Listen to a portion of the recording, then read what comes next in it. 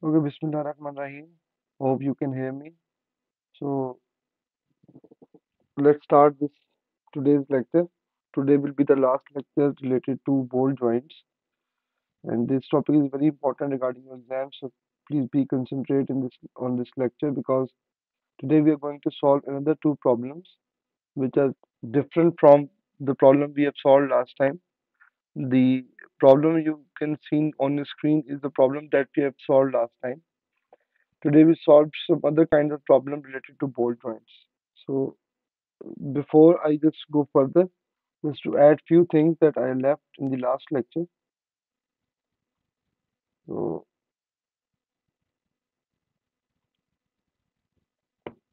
if you remember from the last lecture, so I've told you that if there is a gasket in between these joints, like gasket present here or gasket present here, the only difference in the solution from what we have solved last time, when we have a gasket problems, the, the cylinder heads with gaskets, we have to use this relation which is P1 plus K times P external.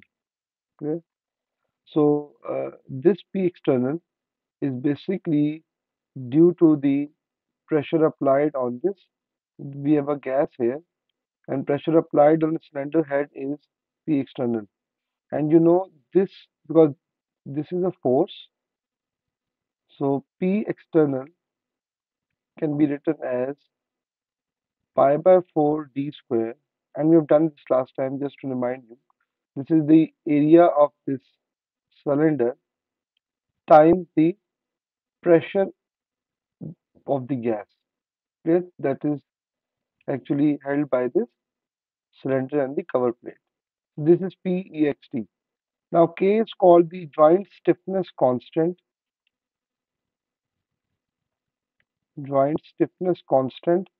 and we have seen it that you can find it from any from the table that is given. So if I just go back to the table, I think we have seen this. Yes, this K is basically you can find it from a table based on what is written in your uh, problem.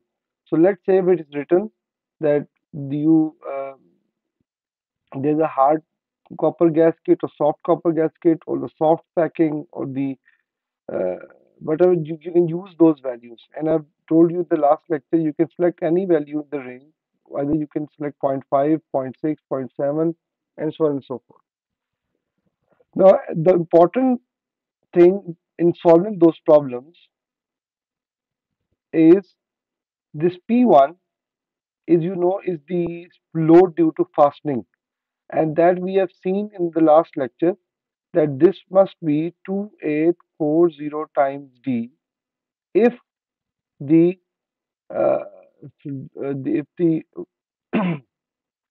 uh, you can say the bolts are used for as a fluid tight joints. So we have 2840 times D, where D is the nominal diameter of bolt, and this is the total force.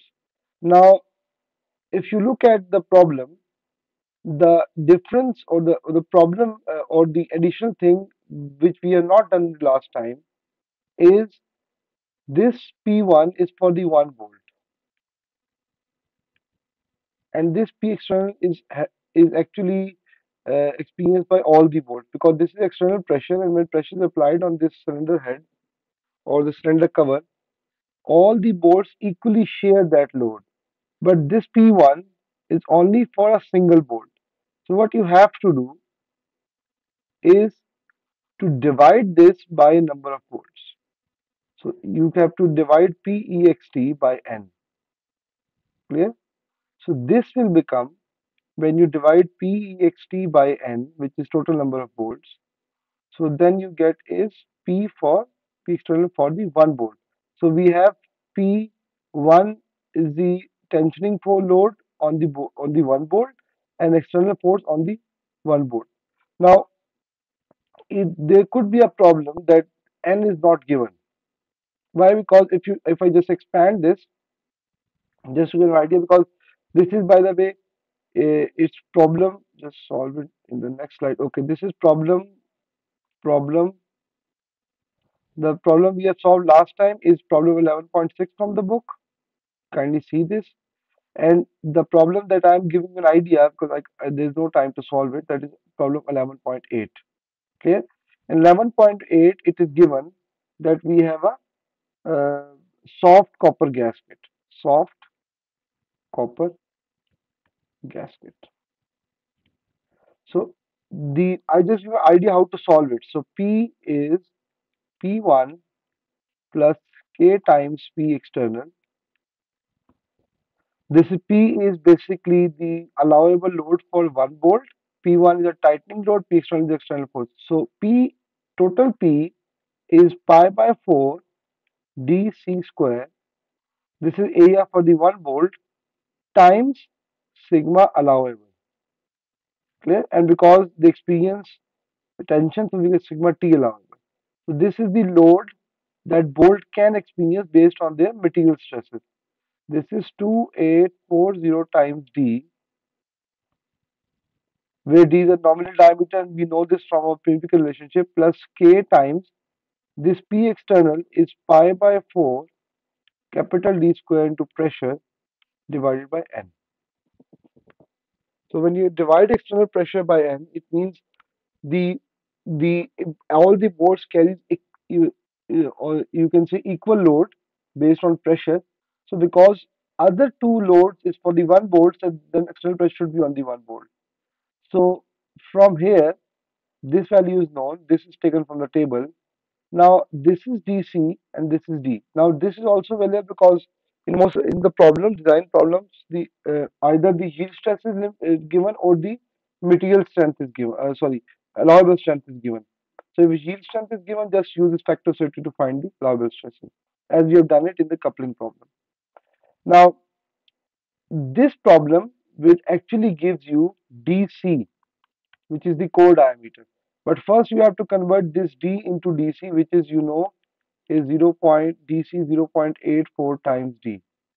So you can replace this value here. Either you can convert this into D or this into DC, whatever you do it, but keep it and this will become quadratic equation. This will become quadratic equation. Uh, and then you can solve it. The problem is probably in those problems N is known previously. Clear? N and you have to find D, which is the diameter of bolt, or M standard, whatever you find out, where D is written as in mm here. Now, in some problems, there is a possibility that N is not known. Then the problem comes that you cannot actually find this, you cannot use N here. In those cases, take N larger than 8 and use even numbers. This is just supposition. So if it is not known, suppose N is equals to 8 and greater, and use even numbers like 10, 12, 14, 16, 18. Okay? This is a suggestion. If you, in most of problems, the number of modes are given. If it is not given, this is my suggestion to use this uh, value. So this is the difference between if you do not have a bolt tight joint, sorry, if you have the fluid tight joint with no gasket, as we have done, this is again, I repeat, this is problem 11.6 from the book. Clear? In this problem, there is no gasket here. So there is no need to do all this. But see, we directly use this formula where this is the uh, pressure and this is the allowable stress. So just equate these two to get our desired diameter. Whereas in case of in case of gasket joints, we have to use the relation that we have done before with slight modifications just now to understand how we have to solve the problems. Clear? And this is the table normally given in the exam. This is table if you want to find the other parameters for a standard. Let's say if you select M24, there are pitch is also available, nominal diameter, everything. So you can also select it from the table. But the idea is you can either use, because generally in the table you should know about DC. So D is equals to 0.84 times D. Clear? This is the known formula, empirical formula. You can convert between core diameter and the nominal diameter. Any question?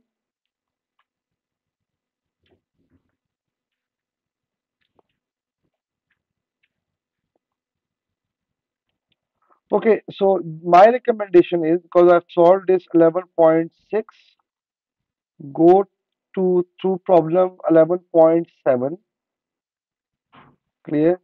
And just because we are designing a board, leave the part for design of cover plates and design of flanges. In this problem, leave the design of cover plates. We only focusing on the design of bolts. This the problem that hinted give you a hint is problem 11.8 from the Khurmi's book, and you can also see that from this. So see 11 point, problem 11.6 we've already solved in the class.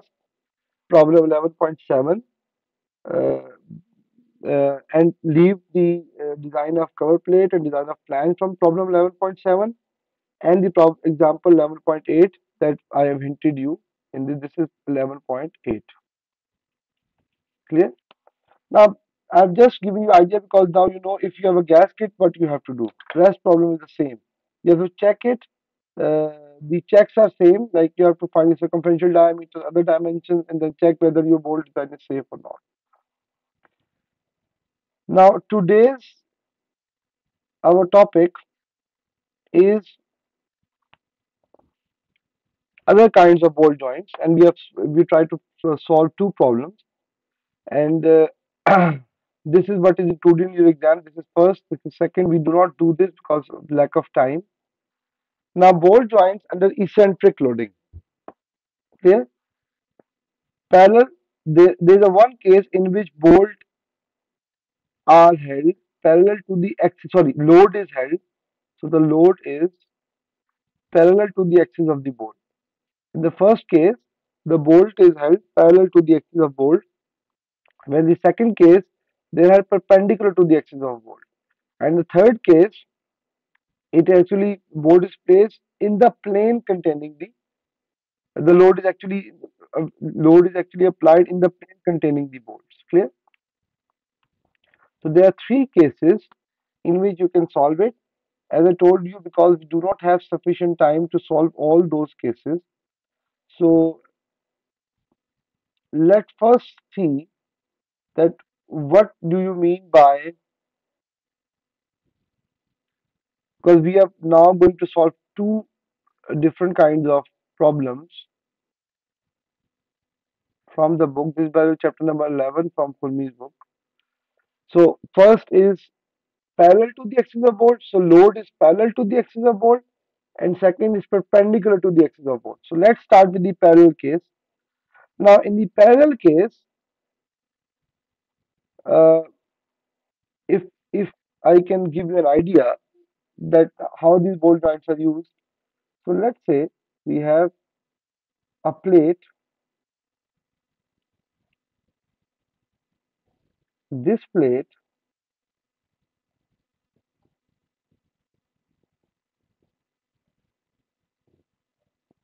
this plate contains four bolts like this. So we have one bolt here, one bolt here, one bolt here, one bolt here. You have to drill the hole.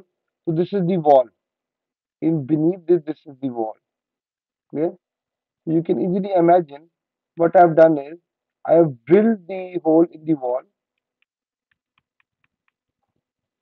and attached the bolts with it. So the axis is inward to the screen. So the axis of the bolt is inward to the screen. Now you have a problem. So the load is applied in the way. So we have this is the load, and this the load is applied. This is actually out of the paper or out of the screen, but at a certain angle. So these are generally used. So the load is applied like this. So how I can draw it here so you can understand. The if this is the inward is the axis of the bolt, the load is applied along the axis, which is like this. Clear? Or in other words, if I just take a side view, so these are your bolts. Just look at from side view. So these are your bolts, two bolts, because you can also see two bolts, and the load is, so this is the load, and load is like this. Clear? Load is like this. So this is the axis of the bolt, and this is the load. So if eccentric loading, eccentric means do not have the same center. This is the center of the bolt pattern. This is the center of the load. So where the load, if this is the same in the same line as that of bolt, just mark it with a different color. If this this is the, let's say this is the center line of the bolt. Clear? This is the center of the bolt pattern. So if you have four bolts, let's say with an equal distance, generally bolt joints have equal distance. So this probably is the centroid of this bolt pattern. Centroid, draw a temporary figure here. So this is the centroid of the bolt pattern. Clear? But the load is applied, load is not applied to centroid, but away from the centroid. Clear? This is called eccentricity. Clear? And that we call eccentric loads. The loads that are away from the centroid of the bolt pattern. So, but load is parallel to the axis of the shaft. So this is the axis of bolts. This is axis of bolts, and this is the axis of load. Yeah. So they are parallel. That's why the problem indicates that the your load is applied parallel to the axis of bolt. And the idea of using this kind of bolt joints is generally we have a tension mechanism. If you want to tight something, like for a steel ropes to hang something overhead. So these are generally used, and we use tightening mechanism. So the load is applied on the. So when we tight this string, like with a steel rope, there is a joint here. Clear? Same joint here. We have two bolt joints, and if you tension it, if you just want to keep this rope, like the steel rope, and to keep it in tension, clear? And you can indicate, you can easily imagine this, the in which we actually roll the any load on along the steel ropes. So this is the kind of bracket we use, where the load is applied directly like this, because the steel rope is in tension. Clear? So that's why the load is applied parallel to the axis of the board. Clear? So that's why I just want you to just focus on the idea, because in the problem it is not, it's a eccentric loading parallel to the axis of bolt or eccentric loading perpendicular to the axis of bolt. But because you are seeing the problem, you can imagine, or you can take an idea of what kind of load it is, what kind of problem it is. So please do remember this, the idea of the eccentric loading acting parallel to the axis of the bolt. Clear? Now, now start analyzing this. So let's say if you have any problem, you can ask please in between, no problem.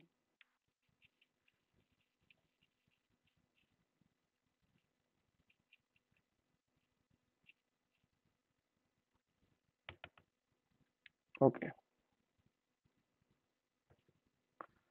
So let's say if this is the case, so I first translate this load from here to the centroid of the bolt. Clear? So I just translate this load from, let's say I just draw a figure here, what it looks like for the two bolts. This is the how the load is applied. This is where the load is applied, which is W. Now, if this is the centroid,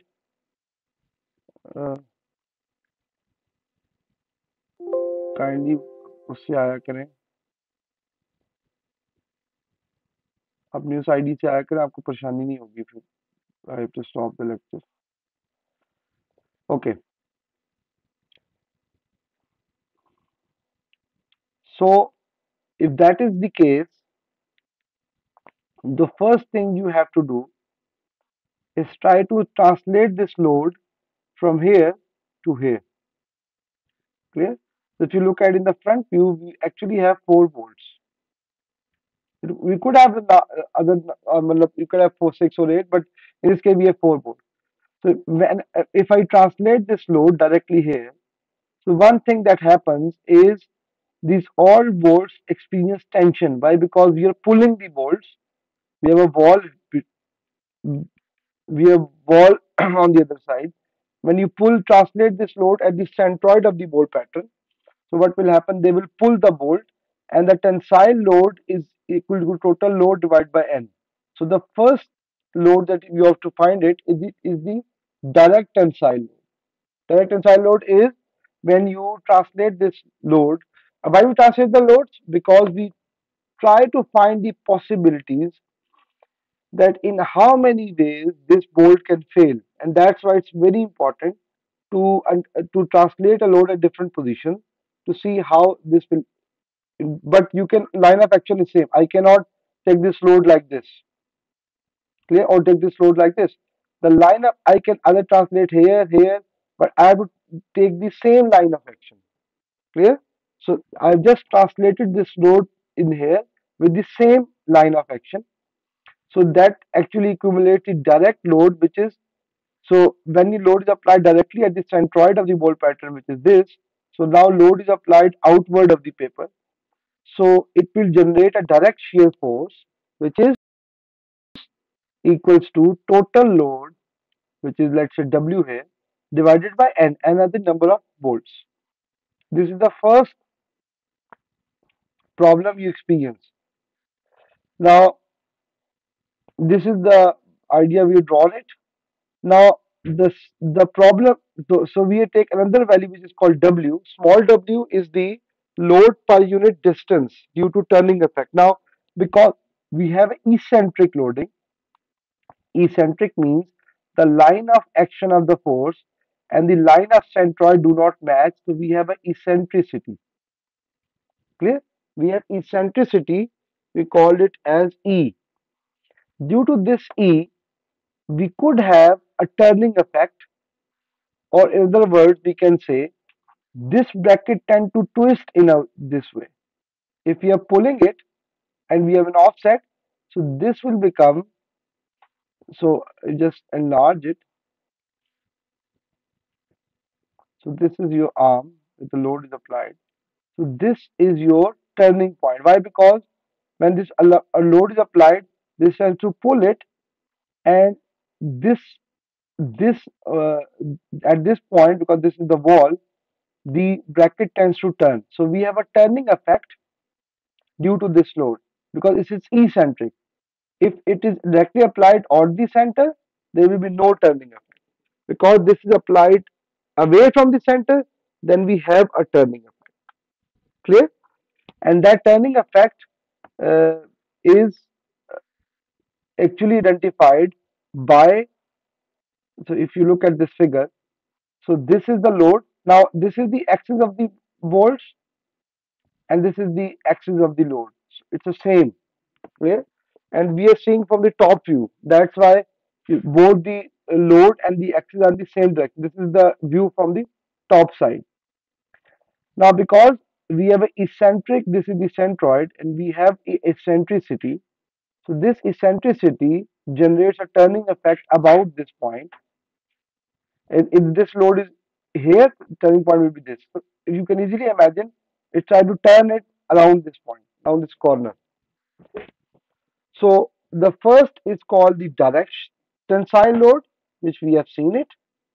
Now we want to find that how bolt is loaded because of this turning effect, because there is an eccentricity.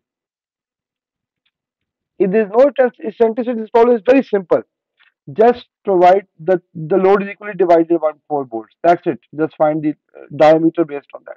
But because it is eccentricity, its load direction is away from the centroid of the bolt pattern. Then you have additional turning effect.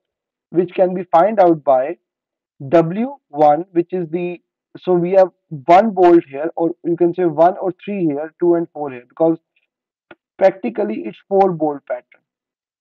Yeah. So we have one, two, three, four. This is one, this is three, this is two, this is four. So exactly behind one we have third bolt, exactly behind two we have fourth bolt. So the load on the, or you can say one comma three, because we have two bolts, is W, small w, which is load per unit distance into distance from the turning edge, which is L1. So W1, which is the load on the bolt 1, now due to turning effect, is the small w, which is the uh, load per unit distance times the distance from turning edge to the axis of the bolt. Clear? Now, this is the load, and if you want to find the moment about the tilting edge, that will be equals to this W1 times, which is, so W1 times the distance from tilting edge, which is the, so this will become moment. So this is the load, which is Newton. This is in meter. So this will become a tilt. This will become a turn or moment. This will become moment. So W1 into L1, where small W1 can be expressed as small w into L1, where small w is a load per unit distance. This is also applicable on the third bolt, because third bolt is exactly behind first bolt. And for the second bolt, which is second, the load is nothing but the uh, distance, the moment arm from the pivot point to the center, which is now L2. Clear? That is equals to WL2 into L2 is WL2 square. This is the moment of the load about a tilting edge, but this is the tilting edge. And if you just want to remember it, how you find a tilting edge, it's opposite side of the where the load is applied. So if load is in the right hand direction, the tilting edge will be on the left side. Clear? At point here. So if the load is here, the tilting edge will be here. So this is the idea of to just to understand it. Clear? So the total moment, so we have one moment here and one more moment. This is due to bolt 1, this is due to bolt 2. Now total moments, we have 4 bolts. So we can say we have W L1 square plus W L1 square. Why? Because this is for bolt 1, this is for bolt 3, plus W L2 square plus W L2 square. This is for bolt 2 and this is both for bolt 4. I hope you are understanding that what the third bolt is actually behind bolt 3. The bolt 3 is exactly behind bolt 1 and bolt 4 is exactly behind bolt 2. So that's why it's become 2WL1 square plus 2WL2 square. Clear? This is the total moment of the bolts about the tilting edge. Whereas the total moment of the load about the tilting edge, this is the total moments of the bolts about the tilting edge, where WL is the total moment, which is W times distance from the tilting edge, which is distance from this point to this point, which is L. This total moment is WL. So when we equate these two, which means 2W L1 square plus 2W L2 square is equals to WL. We come up with the value of small w, which is the load per unit length, which is small w equals to, if you take this common and take the denominator, small w equals to WL over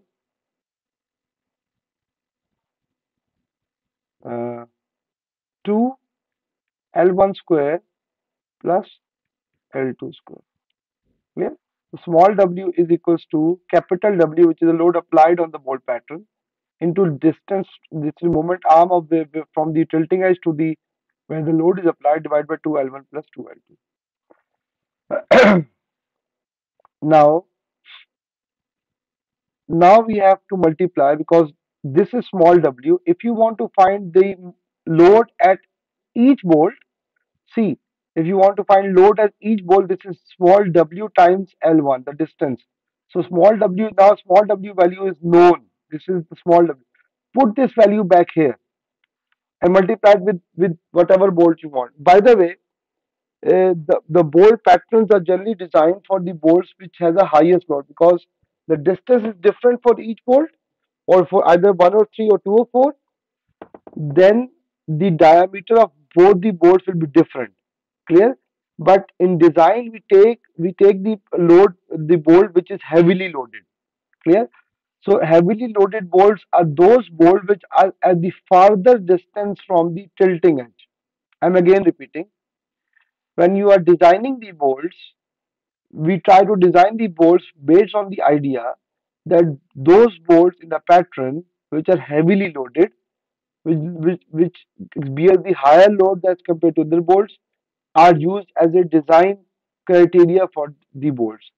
And how you will find out this, the bolts that are from the farther distance from the tilting edge are the bolts which experience the most load, and you can use that. Clear? At the end, we have to, because this is also a tensile load, at the end we have to find the load on the heaviest bolt and then just add these two to get this is the direct load and this is the load due to tilting effect, and this is from where we can find the diameter of the bolt. So now we are coming to a problem, and I just give it because these most of the formulas are given, but I just want to you to understand where these formulas come from. Clear? So now we come up with a problem. This is problem 11.12. This is problem 11.12 from book.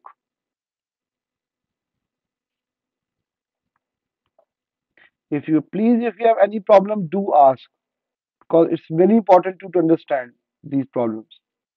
Without this, you can't able to solve these kinds of problems. So please try to understand it. If you have any problem, do ask.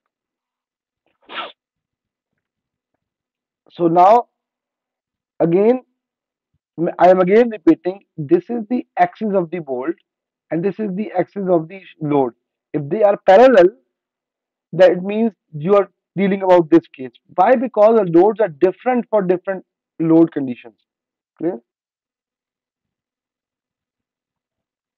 Now to start the problem. Just start from so first we shift this loads directly onto centroid of the bolt pattern. Clear? So now we have WT1, WT1 or WT2 is equals to WT3 is equals to WT4 is equals to W divided by N. Now, because this bracket contains, it's exactly not written in the problem, but they contains of four bolts. When the problem is given in exam, it's clearly mentioned. Because it's a solving example, so he understands. You already know it's contain four bolts, but these contain four bolts. Now, in those problems, number of bolts should be known. Otherwise, it's difficult to solve. Clear? So, in these kind of problems, now these are not fluid tight joints. Please remember, these are the bracket joints.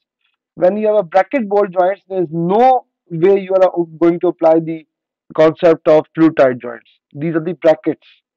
So you will easily see the word bracket is given in those problems. So you can easily see, you can differentiate between these two. Those are for the cover plates containing the gas. This is just the direct load. So this is now W is 30 kilonewton divided by 4. We end up with 7.5 kilonewton for each, for any of four. So every can experience, any load, any bolt can experience 7.5 kilonewton. Now this is the direct tensile shear. Now we have to find the indirect or the tilting effect. So just go back to the what we are doing. So this W, we have to find first the W. Take a small W. which is small w is equals to capital W times capital L divided by 2 into L1 square plus L2 square. This formula also given in the exam, but I've just derived it not to understand. You can understand this. Capital W is the total load, which is 30 into 10 to the power 3. L is the distance from the tilting edge to where the load is applied. So this length is given, which is 500 mm. So 500 into 10 to the power minus 3 divided by 2 into, okay, now this L1 is distance from bolt 1 to the tilting edge, which is 80 mm. So 80 into 10 is to power minus 3 square plus the distance from this tilting edge to the uh, second bolt, which is bolt 2, which is 250. So 250 into 10 to power 3 minus 3 square. Clear? If I just solve it, so 300, so 30 exponent 3 into 500 exponent minus 3 divided by 2 into 80 exponent minus 3 square plus 250 exponent minus 3 square.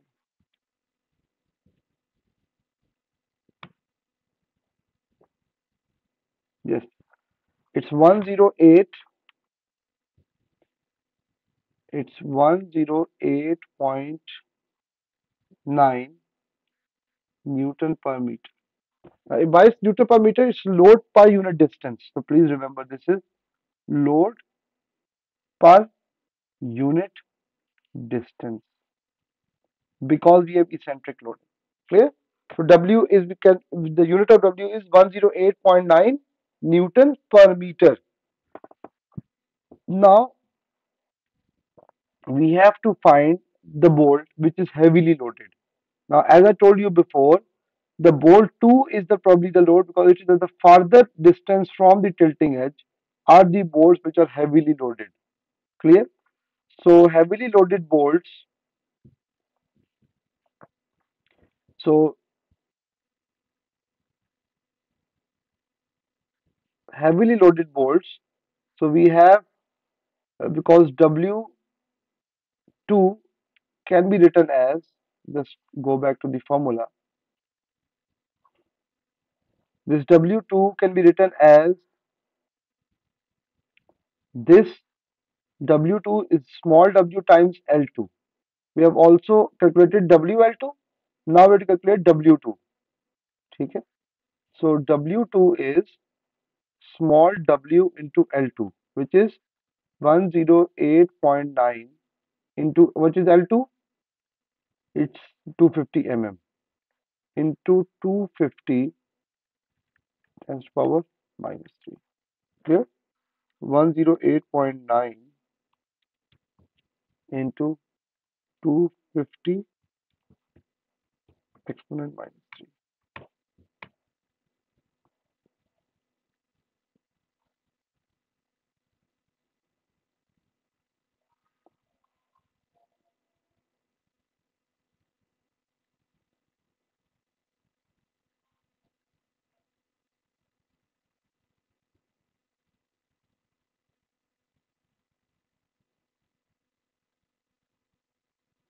Okay, there could be a small problem. Let me see. जी, नहीं, kilo Newton आएगा.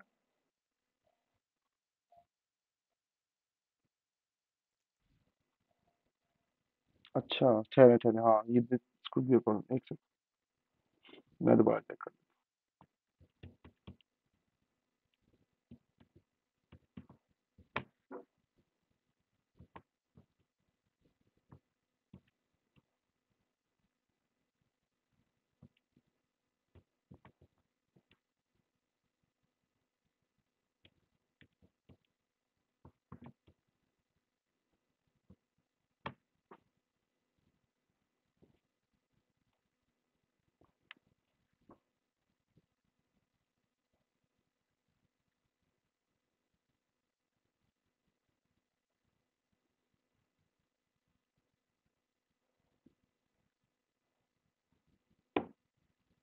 जी बिल्कुल ठीक। हाँ मैंने point ही गलत देखा।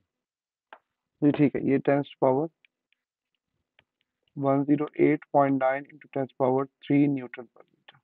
It's right. तो मेरे को आंसर में गलत आ रहा है, into 10 to power 3।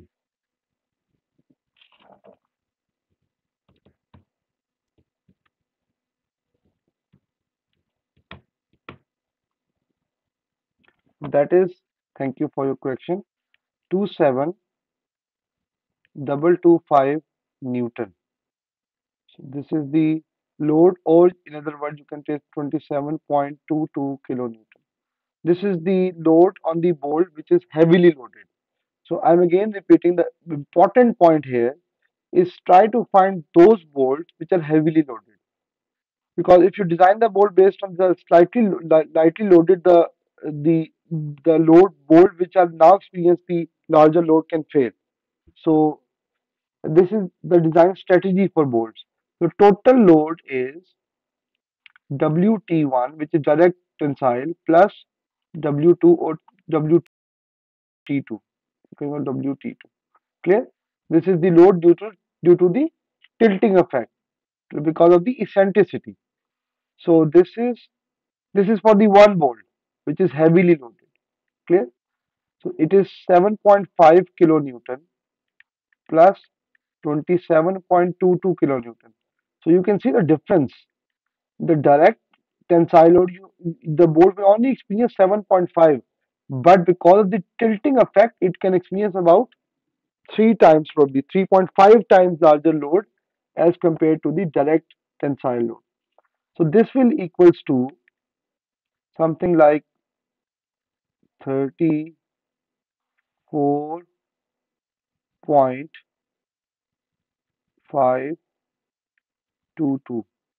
kilonewton, I think.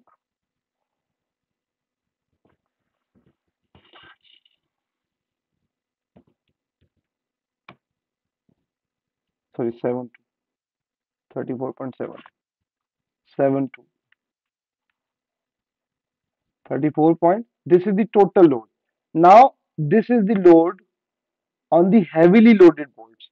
If you want to find the loads on the lightly, it will be different. Clear? If you want to find it, there's no need to find it. Why? Because if we are able to find it, there's no use of this. The next thing we want to do is try to, now this is the load which is experienced by the most heavily loaded bolts. And we know that stress equals to load per area. So now using this relation, the this stress is allowable stress.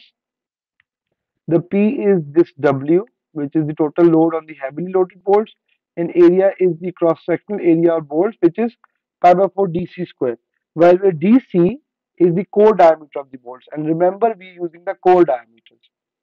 Clear? In the analysis. So DC square equals to 4W divided by pi tau allowable. Or just to remove this square, get square root here. 4W over pi sigma allowable. If you just put the values here, 4 into 34722 divided by 3.14, and what is allowable stress given in the problem? It's 60 megapascal. Just remember, if it's not given, find this using factor of safety. So it's 60 into 10 to the power 6. This will be in meters. So 4 into 37422, sorry, 34722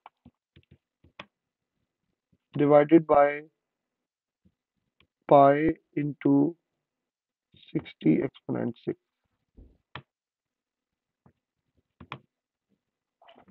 This is 0.027 meter, or 0.0271. So this is 27.2 mm. Clear? So we know that DC equals to 0.84 times D, or you can use the table for that. But using table is difficult, so you have to find D from it. So D is equals to DC over 0.84. This is 27.2 divided by 0.84. So 27.2 divided by 0.84, we get 32.38.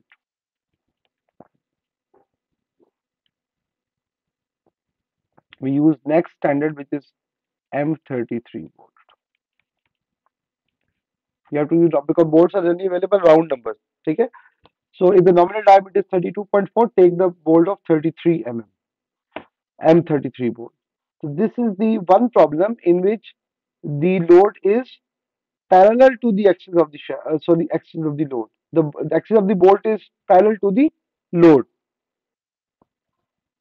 Clear? So I think there is similar.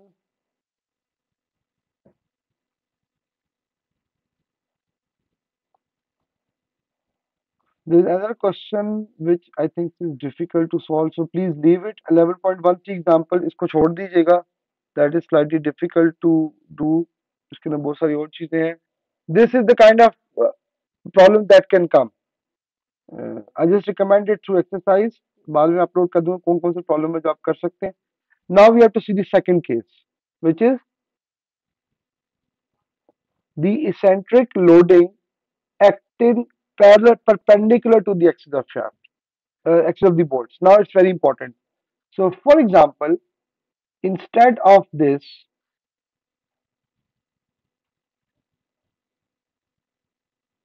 instead of this, we have bolts,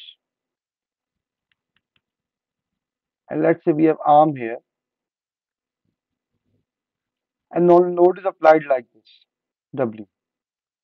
So this is the axis of the bolt, and this is W. Clear?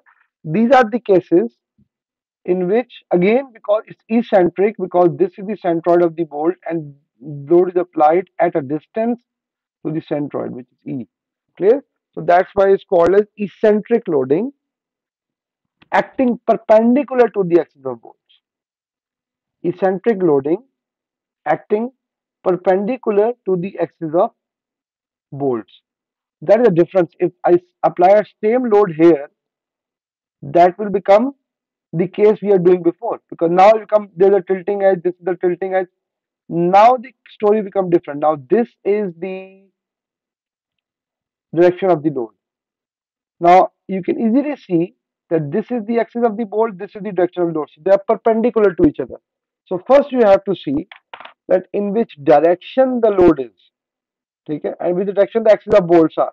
Then you have to solve it. So please see this before you start solving this.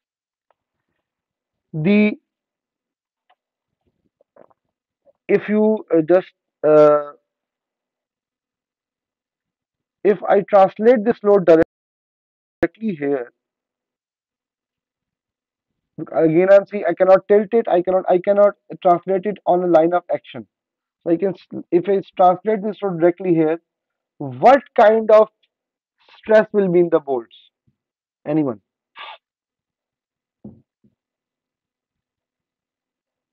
If I translate a load from this point, which actually applied here, directly to the here, which is passing along the line axis of the bolts, what kind of stress bolt will likely to experience?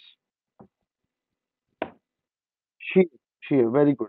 So they will experience direct shear, clear? And that's why the shear load, which can be now written as Ws, is W divided by N. The concept is same, is equally distributed among four bolts, clear? Or whatever number of bolts are. But the idea is that this must be uh, divided by N. But that is a shear load. If the load is like this, there will be no concept of shear load, because in the shear load, area must be parallel to the applied force. Now, this is the case when I translate this load from passing through the centroid. If the load is actually applied at an eccentric distance, as a distance from the centroid, it will again generate a tilting effect. So, if you can just remember, this will be the tilting edge, the same concept. This will be the tilting edge. Clear? Now the load on each bolts. So if you just okay, look at this problem. We will solve it, but look at this problem. This is the load. This is the distance. So see, this is the tilting edge. Now we know distance from these edges. Like this is 50. This is 375. Take clear. So these distances are now known. So we have to find it now from the tilting edges. Okay? And the idea is same, which means the formula will be, let's say W1, let's say 1, this is 3, 2, sorry. W1 will be again small w times the distance from tilting edge to that particular, which is W. The idea is same. And that will be, if you remember, that load here will try to push the load or try to uh, expand the ball, which they experience the tensile stress. I am again repeating, if this is the load and the bracket try to pull it, because it generates a turning effect, so then these bolts will experience the tensile stress, and that tensile stress will be equals to W, which is the load per unit distance time the distance from tilting edge to that particular bolt. Now, because these are two different kind of stresses, now you have to use the formula that we have done in the mechanics of materials, not in terms of load but in terms of stress. So if you remember, we have find out that uh, sigma is equals to 1 by 2 sigma. I don't remember, but we have used the notation here. Uh, but normal stress. This is normal stress plus uh, 1 by 2, or just write bracket here, under root sigma square plus 4 tau square. This I think so. If you remember from your mechanics of materials, the same formula is used here. The area is actually cancelled out on both because area is same for all the bolts. So this is load per area. This is load per area. This is load per area. This is load per area. So area will be cancelled throughout because the shearing area and the tensile area is same. So you cancel out your formula, end up with the equivalent load formula, equivalent tensile load, and tensile load is generally a normal load which is perpendicular to the area. So WTE is equals to half of WT plus WT square. And idea to give you where this formula is coming from. This is from Mohr circle. And if you want to find the equivalent shear load or the shear, that will be the formula. Half of this. Clear? This is, if you remember, if you just flash it, your mechanics of material, you will find it that these are the formulas that you used it. We have developed it from Mohr circle, but now we, instead of using a stress, we are now using in terms of load. And area is same. Again repeating, area for the shear and area for the tensile are same, because there's only one bolt which has the same cross section area. The shear stress is applied in the same cross section area. The tensile stress is applied in the same cross section area. That's why the area is cancelled throughout, and we end up with only a load equation. Clear? So whenever you have two different types of loads, you see in the previous example, because load is of the same nature, both loads are the tensile load.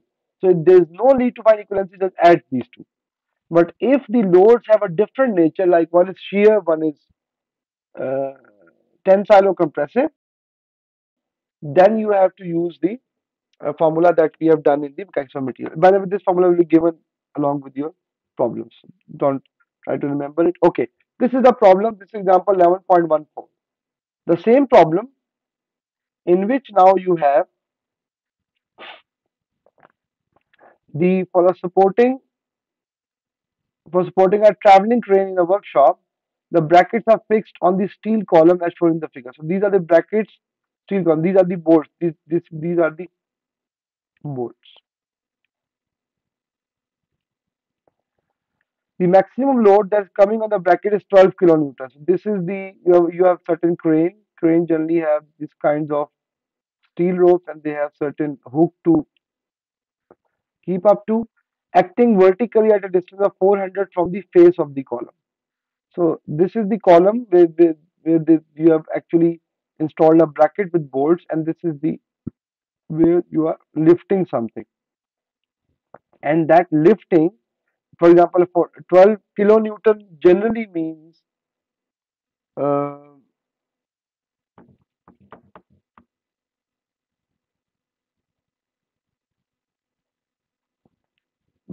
just give an idea. 120 kilonewton, 12 kilonewton, sorry, generally means you are actually lifting about 120 tons of load. Clear? Just to imagine that what 12 kilometer means. So if this is a crane type thing and you want to lift something, like you want to lift some certain structure, steel structure or whatever you call it, or machines, in case of manufacturing industry, we normally the parts that are very bigger and you cannot transport it by hand, they use by overhead cranes. Overhead cranes contain those arms and they have a steel ropes hanging with, and there's a hook so you can hook it. Clear? I've seen this in HMC where they have to transport this larger gears like sugar gears or flour mill gears, and they're very heavy, like 7 tons, 10 tons, 20 tons. So they have to use these kinds of brackets uh, along with the train so they can move over the rail, but with the brackets so they can hold that load. This is about 120 tons. Anyhow, this is not the actual, but the problem demand, but just if you can imagine this. The vertical face of bracket is secured by means of four bolts. So we have four bolts in two. Well, we have two rows. This is the one row. This is the second row. So one bolt is directly behind this. If you again look at it front, we will have four bolts. At distance of 15 mm from the lower edge of the bracket. So this is the lower edge of the bracket. Now this is not tilting edge because this is the wall. This is the tilting edge. Sorry, this is the tilting edge because this is the fixed. The bolt is actually applied in this plate. So this will be the tilting edge. Okay, determine the size of the bolts, or again, sometimes it is design the bolts. So design means the size of the bolt. So do not confuse it.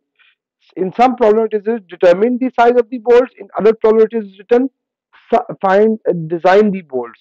Design the bolts generally means you have to find the M standard for the bolt.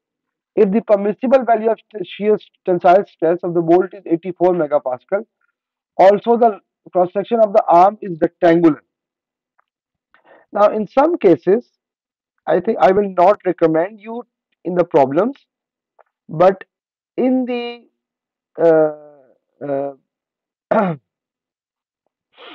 in this problem in the book, they've also tried to find the thickness of the this bracket so that it should not fail. If the bolts is intact but arm failed. Anyhow, we are not focusing on the bolts.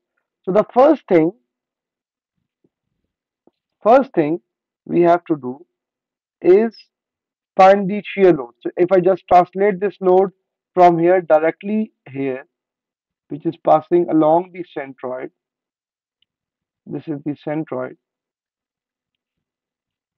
So the first shear load, which is this, or you can say S1 equals to WS2 equals to WS3 equals to WS4. All bolts in the same shear load is W divided by N, where W is 12 kilonewton. Total number of bolts are 4. So which means about 3 kilonewton. Clear?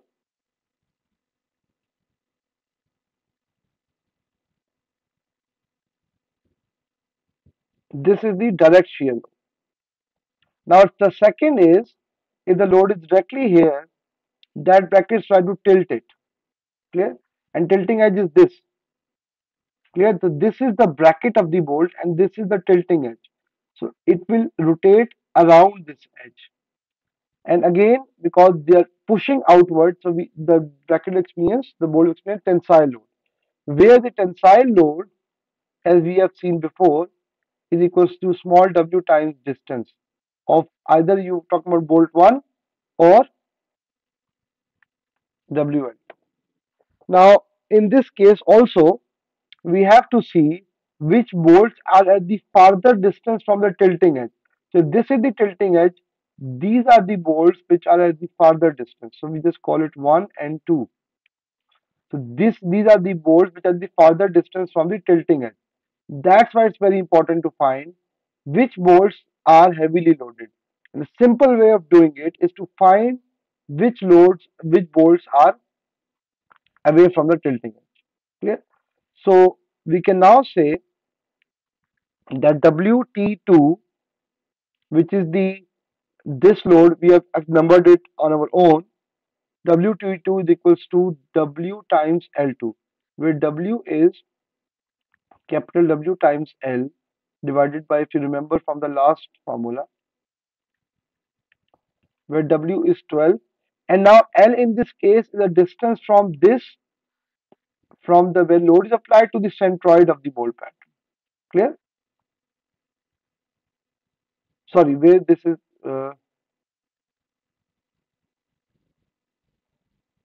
I think there's a problem here. This should not be, yes, it's 400, but this should be till here. It should not be till here. ये थोड़ा सा इसमें गलती है. ये dimension यहाँ तक होगी. ठीक है, 400. ये वहां तक नहीं हो सकती क्योंकि ये फिक्स चीज है. टर्निंग ब्रैकेट टर्न यहाँ से हो रही है. So the moment should be. और अगर आपको ये थिकनेस दी हो तो आप इसमें से माइनस कर सकते हैं, but the distance from this edge of the bracket, that will be 12 into 400 into 12, sorry, 12 into 10 to power 3 by 4 10 to power minus 3 divided by 2 into L1 is the distance from tilting edge to the first bolt. So this is 50. Clear? This is 50. So 50 into 10 to power minus 3 square plus, sorry, the distance from tilting edge to the second bolt is 375. Okay, so plus 375 into 10 to power minus 3 square. So small w will come out to be, just speculate it, exponent 3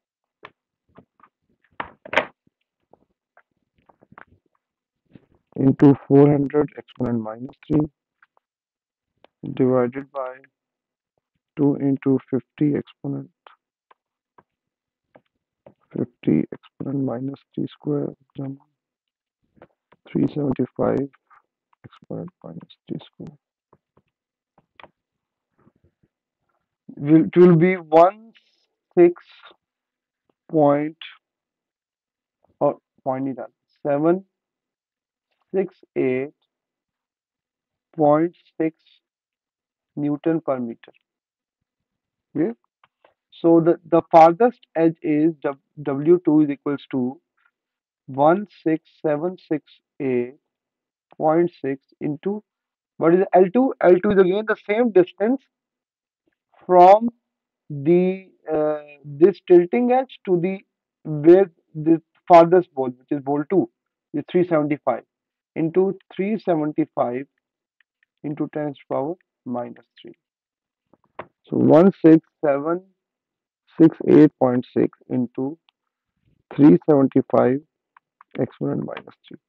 So you get 6288.2 Newton. This is the tensile load due to the tilting effect of the bracket.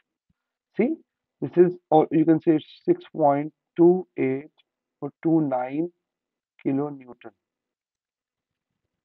Now, this is the bolt which is heavily loaded. Clear? Now we have to find the equivalent tensile stress, tensile load. We have to find the equivalent tensile load. Why equivalent tensile load? Because then we have to use the direct formula for the tensile. You can use both because you can find the shear and then use the maximum shear stress theory to find the diameter. It's the same. But I'm using the load, which is WT equivalent is equals to 1 by 2 WT plus under root WT square plus 4 WS square. And you have to find it for the one bolt. So because 2 is heavily loaded, so W2 is 6288.2 plus 6288.2 square plus 4 into, and total shear load we have find out is 3.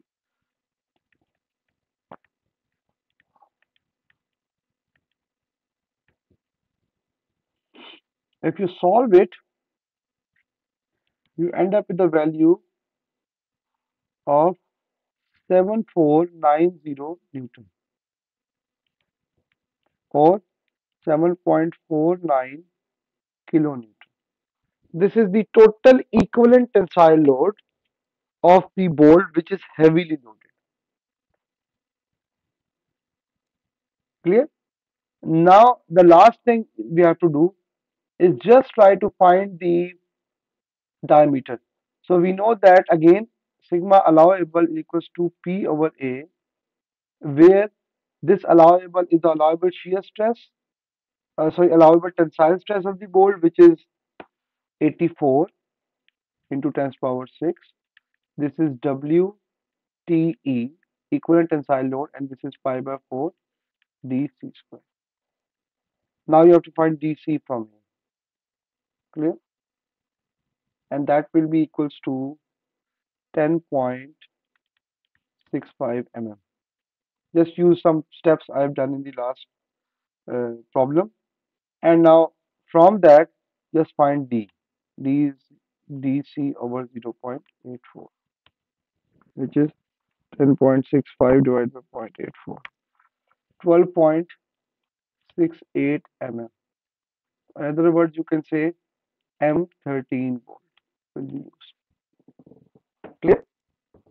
So these are two problems we intend to solve in this class. Uh, I will try to.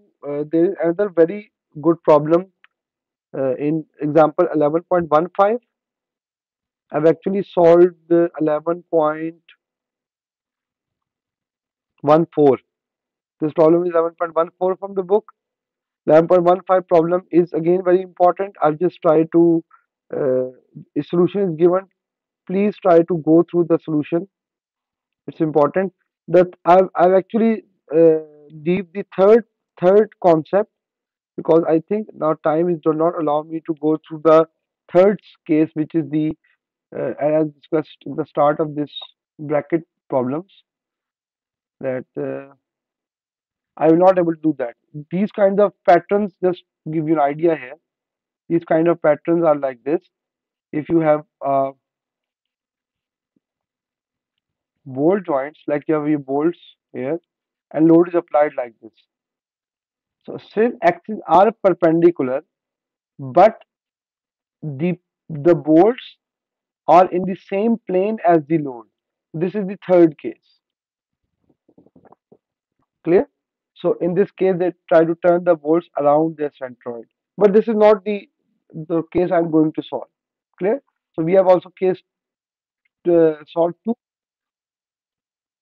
जी आज देखिए last recording sorry वो loss हो गई थी. मैंने कोशिश की लेकिन वो रिकॉर्डिंग में एरर आ गया. आज इंशाल्लाह मैंने इसको इंश्योर किया है, तो आज रिकॉर्डिंग अपलोड कर दूंगा मैं. ठीक है. ठीक है. तो ये आपने जो ये दो जो है प्रॉब्लम्स हैं, इनको बुक से जाके भी लाजमी देखना है आपने. इसके कुछ प्रॉब्लम सिमिलर हैं इससे, जो मैं आपको अभी बता रहा हूँ.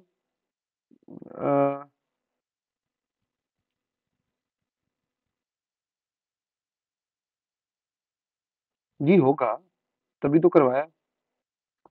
अभी तो रिविट्स भी मैंने करवाना था, लेकिन रिविट्स का टाइम भी था, मैंने इसलिए छोड़ दिया उसको, रिविट्स को. ये जो था ये इसकी बात करें.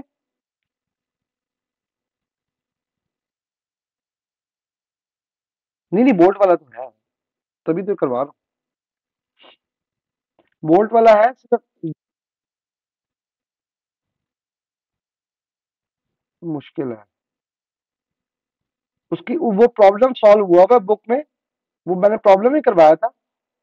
वो आप देख लें सिर्फ. वो मैंने आपको प्रॉब्लम बता भी दिया कि वो प्रॉब्लम कौन सा था. 11 चैप्टर आप खोलेंगे, उसके अंदर वही प्रॉब्लम जो मैंने क्लास में करवाया वो सॉल्व हुआ हुआ है.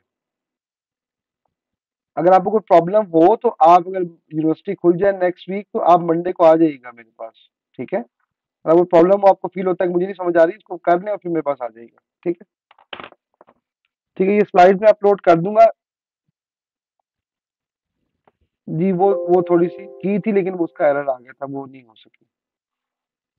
ये वाली मैंने की है। अटेंडेंस इसी पे बस अपना वो लिख दें, रोल नंबर लिख के चले जाइए बस। कोई क्वेश्चन पूछना हो तो पूछ सकते हैं आप। अगर you have no question, I will ensure this कि अपलोड हो जाए।